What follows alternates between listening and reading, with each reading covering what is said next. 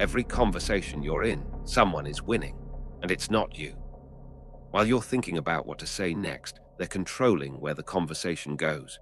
While you're trying to be polite and take turns, they're steering every topic toward what they want.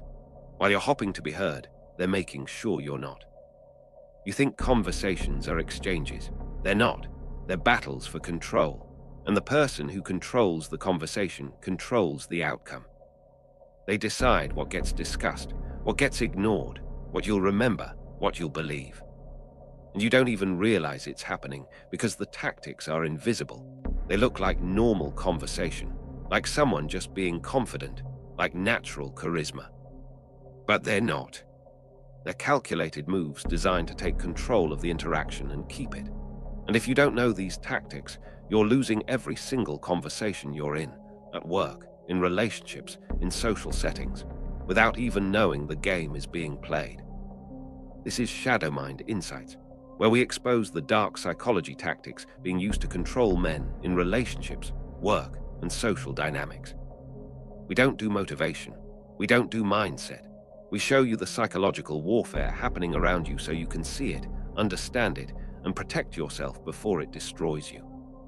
In the next minutes, I'm going to show you the specific dark psychology tactics that let you dominate any conversation. These aren't about being loud or aggressive. These are about controlling the frame, the flow, and the outcome, so you're never steamrolled, dismissed, or manipulated again. By the end of this video, you'll know exactly how to take control of conversations without anyone realizing you're doing it. If you've ever left a conversation feeling like you lost, but don't know why, hit the like button. Subscribe and share this with men who need to stop being controlled in every interaction. Turn on notifications, because this content gives you the power dynamics nobody else teaches. Let's break it down. Tactic 1. Control the frame from the first sentence. First tactic, whoever sets the frame wins the conversation. The frame is the underlying assumption about what the conversation is about and who has authority in it. Most people enter conversations reactive. Someone asks you a question, you answer it. Someone brings up a topic, you respond to it. Someone challenges you, you defend yourself. They set the frame, you're operating inside it. They control the territory, you're just a visitor. Set the frame first. The moment the conversation starts, establish what this interaction is about and position yourself as the authority. Someone asks, "Can you explain why you did this?" Weak response, "Well, I thought that." You're now defending their judging. Frame control. Let me show you the reasoning behind the decision. You're now explaining from authority, not defending from weakness.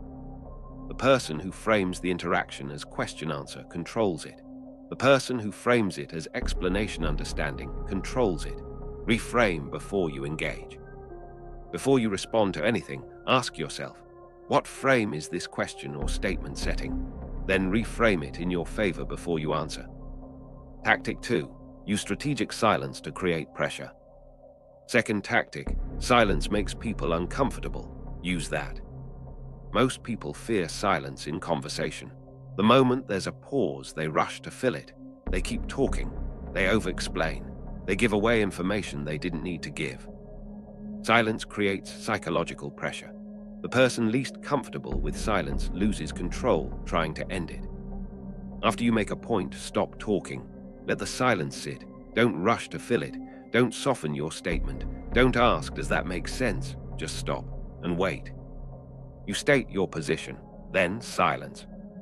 They'll either accept it or they'll start explaining why they disagree, revealing their actual concerns, which you can then address directly. Silence forces the other person to process what you said without you diluting it.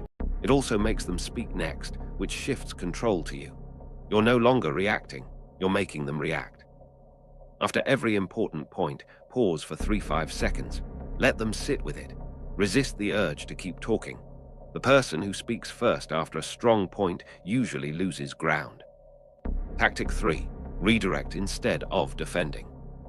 Third tactic, never defend, redirect. When someone challenges you, questions you, or puts you on the defensive, your instinct is to justify yourself, to explain, to prove you're right. The moment you defend, you accept their frame. You're now trying to prove yourself to them. They're the judge, you're the defendant, you already lost. Don't defend. Redirect the conversation to the real issue. They say, "Why didn't you do it this way?" Weak response, "Well, I did it that way because." Defensive, justifying. Redirect. The result is what matters. Let's focus on that. Shifts frame from your process to the outcome. Redirecting refuses their frame. You're not playing the game they set up. You're changing the game entirely. Now they have to engage with your frame or look unreasonable for ignoring the real issue. When someone attacks your process, redirect to outcome. When they attack your credentials, redirect to results. When they attack your reasoning, redirect to evidence. Never defend on their terms. Tactic 4.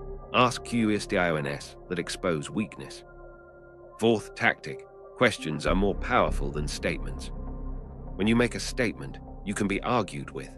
When you ask the right question, the other person argues with themselves. A well-placed question forces them to defend their position. Now you're the judge, and they're justifying themselves to you. Instead of stating your disagreement, ask a question that exposes the flaw in their logic. They say, "We should do X." Weak response, "I don't think that will work because." You're now defending your disagreement. Tactical question, "What happens if Y occurs?" They now have to address the flaw you just highlighted. You're not disagreeing, you're just asking, but the question plants doubt. Now they're stuck addressing your concern without you having to argue. You maintain the authority position. When you disagree, don't state it. Ask a question that makes them see the problem themselves. How does that account for X? What's the plan if Y happens? Who's responsible when Z goes wrong? Tactic 5. Control the pace. Fifth tactic. The person who controls the speed controls the conversation. Fast talkers overwhelm.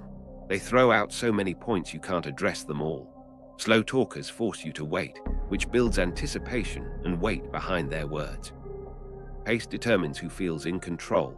Rushed conversations favor the aggressor. Slow conversations favor the person comfortable with silence. Adjust your pace to control the interaction. Speed up to overwhelm bad arguments. Slow down to make your points land harder. When someone is throwing out weak objections, rapidly. Speed up slightly, address them quickly and dismissively, then slow down for your main point. That's not relevant, neither is that. Here's what actually matters. Slow, deliberate.